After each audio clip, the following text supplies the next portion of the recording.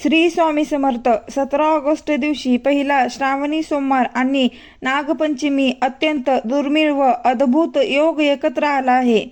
श्रावण महिना हा भगवान भोलेनाथाच्या उपासनेसाठी अत्यंत पवित्र मानला जातो आणि सोमवार आणि नागपंचमी एकत्र येणे म्हणजे साक्षात शिवाच्या गळ्यातील नागदेवता आणि महादेव यांचा दुप्पट आशीर्वाद मिळण्याचा हा दिवस आहे. महादेवांची अत्यंत श्रद्धेने आणि मनापासून पूजा केली तर आपल्या आयुष्यातील दारिद्र्य, कर्ज, शत्रुपीडा आणि सर्व प्रकारच्या अडचणी दूर होतात.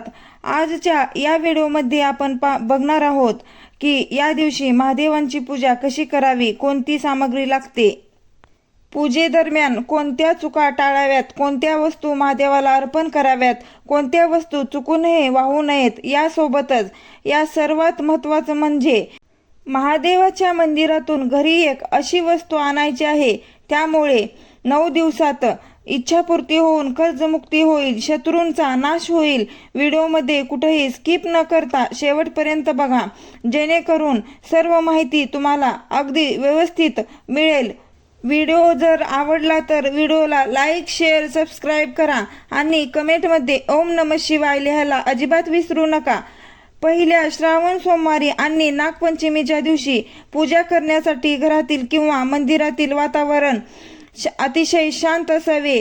पूजेच्या पूर्वतयारीसाठी लागणारे साहित्य एकत्र करून ठेवावे. पूजेसाठी तांब्याभर शुद्ध पाणी, गंगाजल, कच्चे दूध, दही, मध, तूप आणि साखर, अक्षदा, चंदन, भस्म, 108 बेलपत्र, त्याचबरोबर पांढरी फुले, धोत्र्याची फुलं. नागपंचमी विशेष म्हणून लाह्या, धूप, दीप, कापूर, नैवेद्यासाठी साखर, फळे आणि नागदेवतेच्या पूजेसाठी हळद, कुंकू या वस्तू गोळा करून घ्याव्यात. ही सर्व सामग्री शुद्ध आणि स्वच्छ असावी. या दिवशी सकाळी लवकर उठून स्वच्छ स्नान करून वस्त्र परिधान करावी. सर्वात प्रथम घरातील देवघर स्वच्छ करावे. त्यानंतर महादेवाच्या मंदिरात जाऊन शिवलिंगाला शुद्ध पाण्याने आणि गंगाजलाने अभिषेक करावा. त्यानंतर पंचामृताने अभिषेक करावा. अभिषेक करताना ओम नमः शिवाय या मंत्राचा जप करावा. पंचामृताने अभिषेक केल्यानंतर पुन्हा शुद्ध पाण्याने अभिषेक करावा. त्यानंतर शिवलिंगाला चंदन किंवा भस्म लावावे. त्यानंतर शिवलिंगावर बेलपत्र उलट्या बाजूने देठ आपल्याकडे करून 108 वेळा बेलपत्र अर्पण करावे. त्यानंतर शिवमूठ अर्पण करावी. या दिवशी नागपंचमी असल्याने नागदेवतेला हळद आणि कुंकू अर्पण करावे आणि महादेवाला धूप, दीप, नैवेद्य दाखवून कापुराने आरती करावी. नागपंचमीच्या दिवशी नागदेवतेला दूध आणि लाह्या अर्पण कराव्यात, परंतु महादेवाच्या पूजेत काही वस्तू चुकूनही वापरू नये.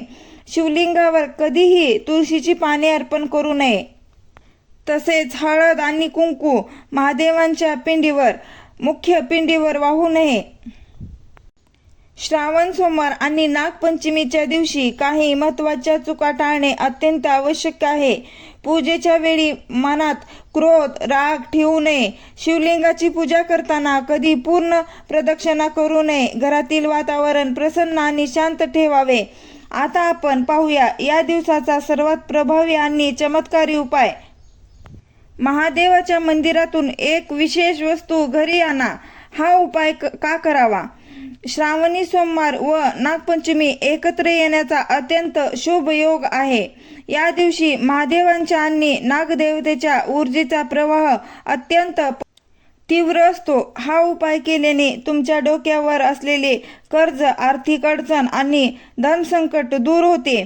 जर तुम्हाला गुप्त शत्रूंचा त्रास असेल किंवा अडथळे येत असतील, कोणतीही मोठी इच्छा दीर्घ काळापासून अपूर्ण असेल तर ह्या दिवसात तुमच्या आयुष्यात सकारात्मक बदल घडतात आणि घरात लक्ष्मीचा वास कायम असतो. हा उपाय करण्यासाठी सोमवारी संध्याकाळी जवळच्या मंदिरात जा. सोबत 1 तांब्या पाणी, कच्चे दूध, 7 बेलपत्र घेऊन जा. मंदिरात गेल्यानंतर महादेवाला नमस्कार करा आणि शिवलिंगावर जल व दुधाचा अभिषेक करा. त्यानंतर महादेवाला 7 बेलपत्र अर्पण करा. प्रत्येक बेलपत्र अर्पण करताना ओम नमः शिवाय या मंत्राचा जप करा. त्यानंतर दोन्ही हात जोडून महादेवांना मनातील सर्व इच्छा सांगा. पूजा संपन्न झाल्यानंतर महादेवाच्या पिंडीवर अर्पण केलेले 7 बेलपत्रापैकी एक बेलपत्र महादेवांचा आशीर्वाद म्हणून मागून घ्या. हे बेलपत्र घरी घेऊन या. घरी आल्यानंतर ते बेलपत्र तुमच्या घरातील देव्हाऱ्यात एका लाल कपड्यावर किंवा तांब्याच्या ताटात ठेवा. त्याला थोडे चंदन आणि अत्तर लावा. त्या रात्री बेलपत्र देव्हाऱ्यातच राहू द्या. दुसऱ्या दिवशी सकाळी मंगळवारी ते बेलपत्र लाल कपड्यात ठेवून तुमच्या तिजोरीत पैशांच्या पाकिटात ठेवा. हे बेलपत्र साक्षात महादेवांचा महाप्रसाद आणि धन आकर्षणाचे प्रतीक मानले जाते. महादेवांच्या कृपेने आणि नागदेवतेच्या कृपेने तुमच्या सर्व इच्छा पूर्ण हो. धन्यवाद.